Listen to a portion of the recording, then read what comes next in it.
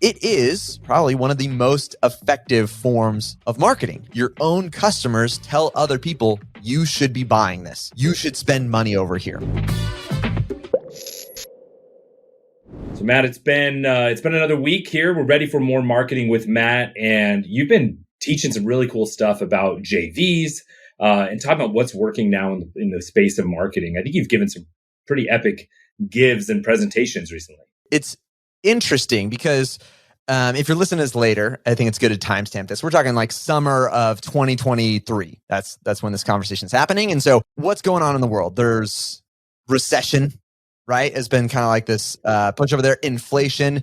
And in a lot of categories, there's a pullback. I'm seeing it. Like people are more conscious. They're taking a little bit more critical look at the things that they're spending money on. A little bit more consideration there.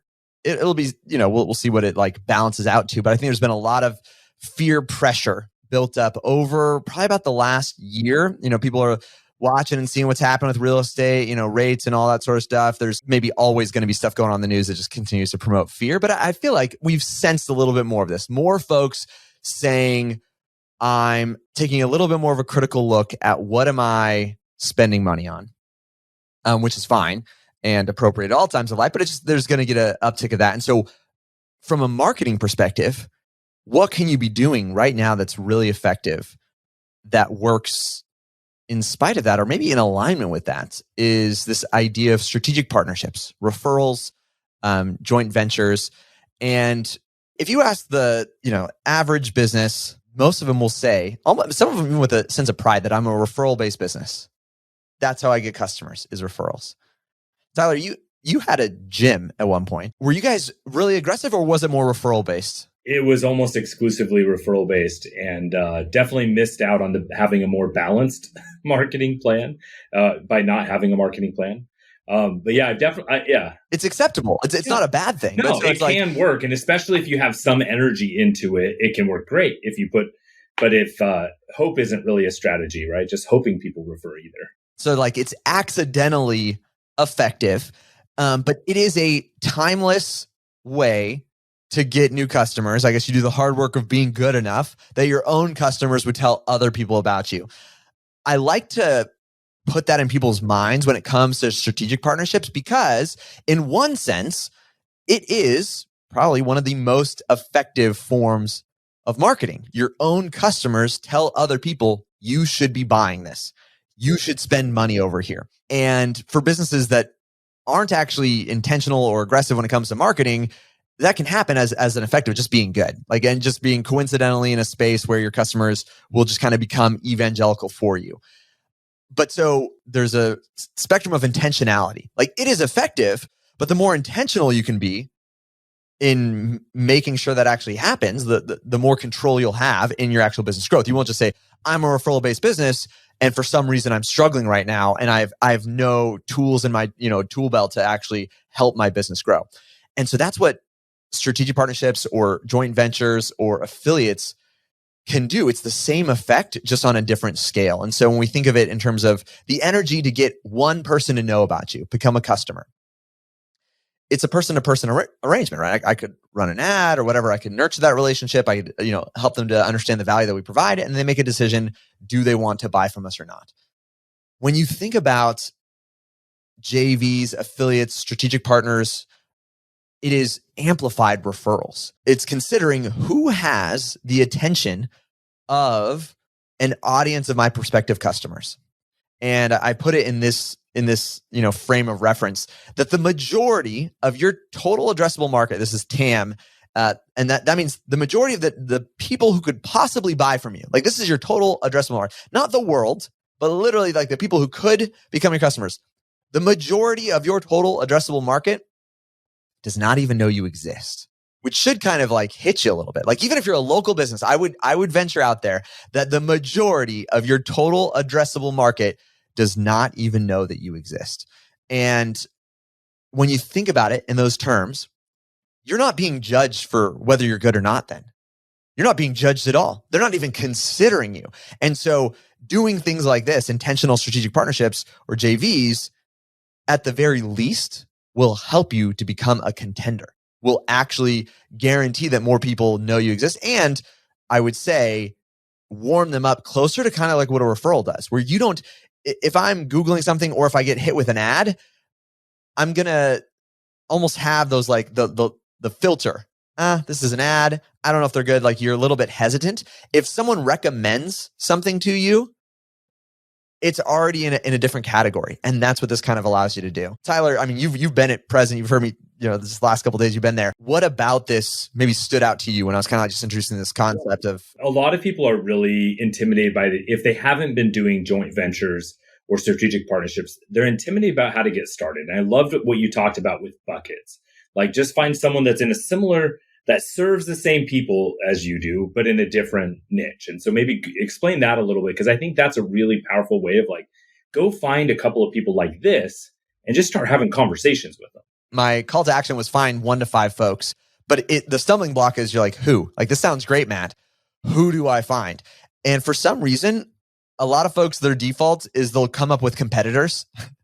they'll think of like, or kind of like alternatives, right? Like they're not like direct competitors, but they are still alternatives in your market, right? So if you're a gym, like your first thought is like, well, what about like a med spa or like, or like a fat loss clinic? And you're like, no, you guys are like too closely related that the likelihood that they'll want to promote you is very low. And so what I encourage folks to do is you think about these big buckets of types of businesses of like health, wealth, and relationships. You could distill down, most businesses are solving one, a problem in one of those categories. Is it health? Is it wealth? Is it relationships? And if you know which one you're in, you're like, if I'm a gym, I'm in health, no doubt. Then force yourself to think of potential affiliates in those other categories. And when you do that, you start to realize that there's actually way more possibility of cross promotion and affiliate arrangements or joint venture deals than you initially thought was possible. So if I pick the local business example, like who could be a great partner for a gym? You're like a grocery store, maybe that's health. I'll go like wealth, right? So you go like the accountant, the real estate, like the real estate agents, like there's so many other categories of businesses where if you got them to intentionally promote you, even if it was just the value add of now people know I exist and I'm warm in their mind. I'm no longer neutral or cold. I'm actually a warm identity when they're considering or in the future when they do consider. But that's what I'd start with is like know which bucket you're in and then think about folks that serve the same people you do in the different buckets. You have to really get down to like, who am I actually serving? And so you can get specific in that way too. If I'm a gym and if the reality is, if the majority of your customers are, women aged 35 to 55, own it. That specificity will make this easier because then you might think like, well, I could choose anybody, but you're like, oh, there might be a boutique clothing store that perfectly serves, or if you're like, oh, the majority of my market is new moms, then be thinking like, well, then think of the baby store, right? Or think of if you're not a regional company or you're like, you're more national or international, you're like, well, there was a good example. Someone at the event, they teach moms how to become bookkeepers. They're in the wealth space. They're like, and they know they teach stay-at-home moms to become great bookkeepers so they can work part-time and make full-time income. Like that's kind of their thing. And so you're like, well, there's somebody else who helps new moms lose the baby weight, or someone else who helps new moms get their kids to go to sleep. And those are different categories but serves the same folks. And so getting them to kind of cross promote, it's mutually beneficial. Even if it's not as like on the head of, it's not, you don't want an alternative. You don't want to go to a business that, yes, proves that they care about, call it health, but just trust and know that people actually do care about all those buckets regardless. So just because someone has an audience, someone who's into fitness, doesn't mean they don't care about finances. Yeah, as long as the avatar, like the main part of the person is the same, then the Venn diagram overlap of those two avatars can be really high. Like using that gym example, we would look at like healthy eating places in the community. We're like, okay, that's a good like comparison. If people are eating healthy, they may want to go also work out instead of, like you said, going into other gyms or other things that were just too close to each other.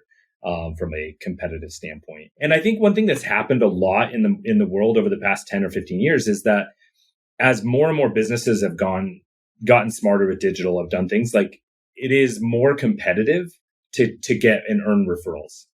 And so being more deliberate and strategic in it is the way you cut through that, right? And say, okay, like I can't count on hoping that someone just shares or tells their friend about me, because there might be more competition than there was in the past.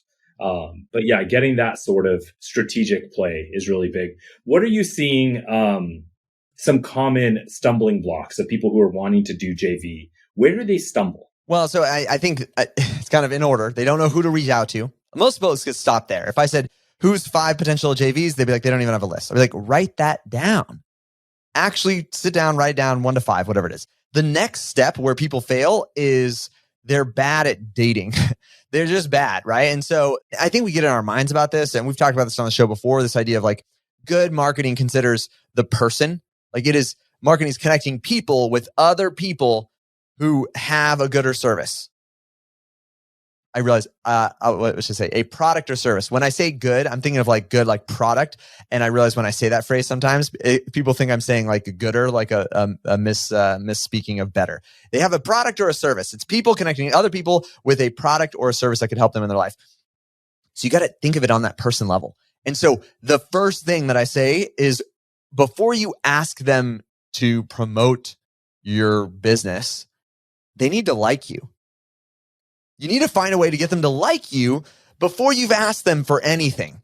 And that's the part that I think people stumble with, but it's actually not that mysterious, because you think about, how would you do this if you relate it to like the dating relationship or just people relationships? You think through, how would I get their attention? Let them know that I care, that I'm thoughtful. And there's a great book called Giftology, and it talks through this process of you can strategically give gifts that solves that first problem. They like you. They want to promote you. They want to do something with you, and they may not even know what you do. And so that's why I say, find, 1 to 5 folks that are different buckets than you. It doesn't even take a lot of time now with the internet. Do a little bit of research to find out what's probably important to them. So we zero in on like close relationships, spouses, kids, hobbies. And this is just like, they probably have some sort of footprint on social media. You can find out. Like, it doesn't take me long. If I was looking up Tyler, I'd be like, oh, he likes his hats.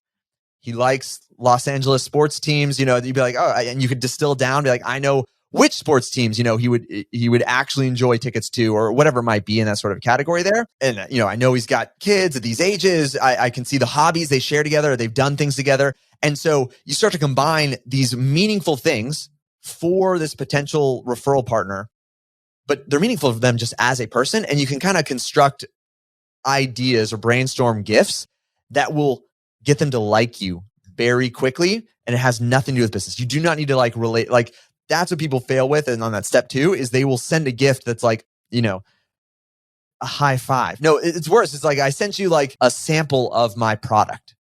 No one wants a sample of your product, even if it's good and even if it's great. Like, you will stand out so much more by just connecting with them on a human being level.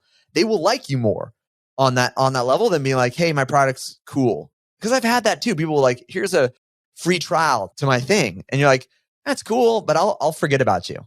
I just will. I can't help it. And so find a way to, frankly, send them a gift that's going to be meaningful to them, get them to like you. And then we use a strategy called Hey Pages. We basically make a landing page that shows them even more that we've thought through and put in some work to ask them out. Hey Pages are like they're the promposal of a business relationship, right? It's the prom proposal. You think like in a high school when they're like asking each other to prom, like obviously it's like a lower level. They're not getting engaged. They're not asking to get married, but they're like, there's this event. We have this thought about it. We even lower the bar even more, but we kind of make it feel like that prom proposal. Like, you are special. I thought through something that shows you that I put work, energy, care into this. And the design behind it is I want them to quickly see we put effort into this. We know them and their audience, and we've got a clear idea of how what we do would be valuable to their audience, and how our intention is to make it a win-win, a win for them and a win for their people. Our call to action is usually just hop on a call, because we're really not trying to come off rigid. We want to be very flexible. So to do good strategic partnerships, you got to be the flexible party, because they're giving you the attention, maybe the endorsement that they may have spent a decade to build up.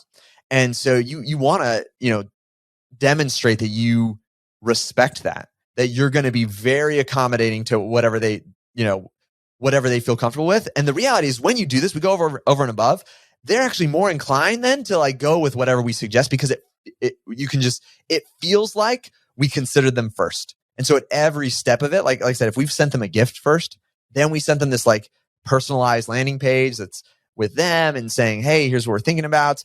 The proposal, like they like us. They really like us. They want to say yes to whatever ideas, but we're being very open-handed about it. It's interesting how often when people are in business and they're trying to make relationships, they forget that the relationships are the human part, right? And they focus on the business side of things, and they lead with data, or they start with, like you said, sharing, hey, I put your logo on a coaster. And these are all very business things, but it's humans that we want to connect with, especially in joint ventures and strategic partnerships. It's about the human connection, two humans finding a way to support each other in business. And so I love that direction of starting really with something personal. And then second step is really bringing something that shows intentionality and foresight and effort, right? People like feeling cared about. So I think it's really important. What would you say is, if that's where most people get hung up, what is something that someone could do today? Like your call to action, hey, go and do this, and at least take this step. You got to get a list. You got to know who, and like, it's like in that order. In terms of, like sending them a gift here, like what we think about it is it's sort of proportionate to how big they are relative to us. So you don't have to send a gift if you're, already connected or in the same network, but we do send a hey page. We do send that personalized lander because it tells them I'm serious about this. And even if they're like, hey, you didn't have to do this, that's okay. I want them to know and feel that we went above and beyond, right? That we're going to make this a great experience for them.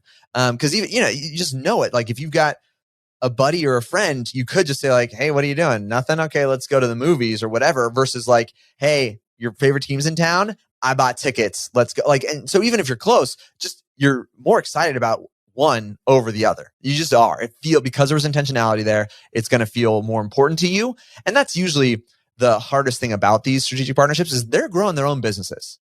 Usually if it's B2B, if it's a B2B, like you're trying to get promotion, someone who has an audience, they have an audience because they have a business. They're trying to grow their business.